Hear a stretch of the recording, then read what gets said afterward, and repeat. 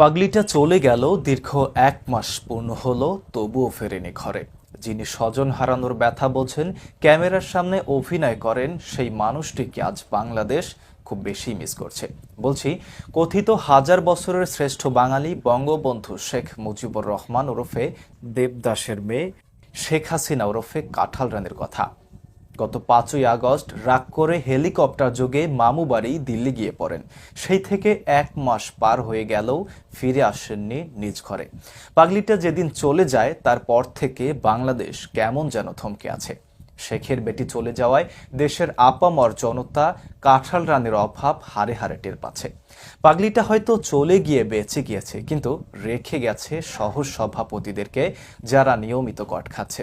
এজন্যই হয়তো লোকে বলে, যার চলে যায় সেই বোঝে হায় কট খাওয়ার কি যন্ত্রণা। কাঁঠাল রানীকে নিয়ে আরো বিস্তারিত জানাচ্ছেন টিক্কা সেলিম। আপনজন হারাবার বেদনা যে কত কষ্টে, তা আমার থেকে আর কে বেশি জানে।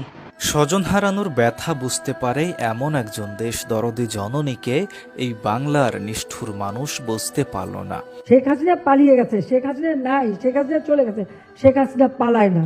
তিনি বলেছিলেন শেখের বেটি পালায় না, কিন্তু এই নিষ্ঠুর জাতি তাকে পালাতে বাধ্য করেছে। দীর্ঘ ১ মাস হয়ে গেল পাগলিটা বাসায় ফেরে না।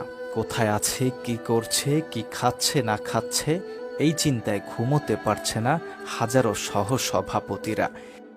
পৃথিবী বিখ্যাত সেরা অভিনেত্রীর অ্যাওয়ার্ডটা যখন হাতের নাগালে, ঠিক তখন এই দেশের জনগণ এক কলঙ্কিত অধ্যায় রচনা করে।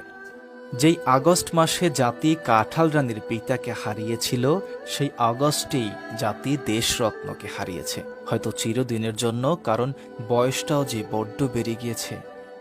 কাউকাদের বলেছিল শেখ হাসিনা হারিয়ে গেলে জাতি বুঝবে শেখ হাসিনা কি জিনিস। সত্যি জাতি তা আজ হাড়ে হাড়ে টের পাচ্ছে। কাঁঠাল রানীর থাবা থেকে জাতি মুক্ত হয়েছে, এর চেয়ে জাতির আর কি বা পাওয়ার থাকতে পারে। জাতি এমন একজন স্বৈরাচারী থেকে মুক্তি